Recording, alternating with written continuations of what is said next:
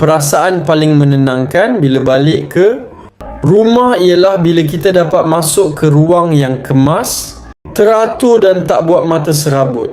Dari situlah semuanya bermula. Dulu aku selalu salahkan saiz bilik yang kecil. Setiap kali baju bertimbun, barang susah cari dan sudut rumah nampak berselerak walaupun baru kemas. Sampailah aku mula guna rak sebegini, iaitu double pull strong. Steel clothes rack jenis floor standing ni, barulah aku sedar masalah sebenar bukan ruang tapi sistem simpanan. Sejak ada organizer ni, rutin harian aku berubah. Setiap pagi, aku tak lagi buang masa selongkar kerusi, hujung katil atau plastik baju.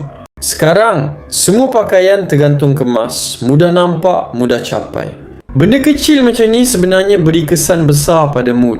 Bila ruang nampak teratur, kepala rasa lebih ringan, nak bersiap pun jadi lebih cepat dan tenang. Persamaan paling ketara untuk semua variasi produk ni ialah konsep double pull. Dua batang gantung bermaksud lebih ruang, lebih kapasiti dan susunan baju yang lebih teratur.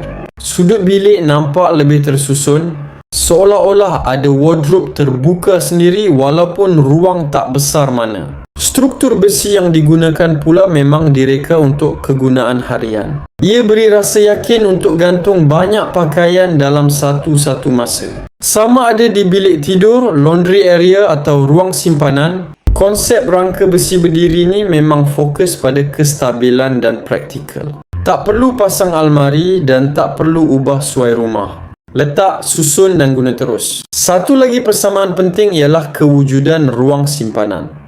Hampir semua variasi datang dengan bahagian bawah atau rak tambahan yang membolehkan kita susun kasut, kotak, bakul baju yang dah siap lipat atau barangan harian.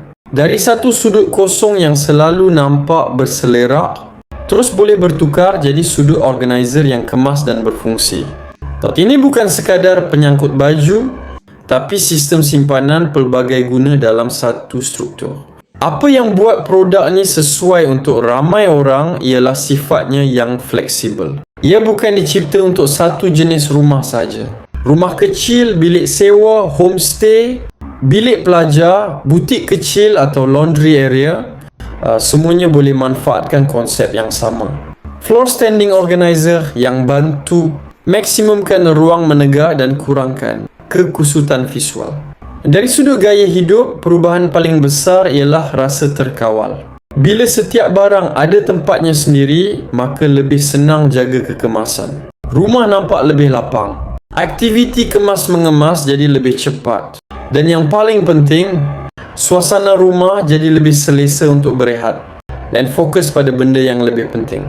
Kalau kau jenis yang selalu rasa bilik cepat bersepah, baju tak cukup tempat atau rumah nampak sempit walaupun barang tak banyak, organizer jenis ni memang antara penyelesaian paling sesuai.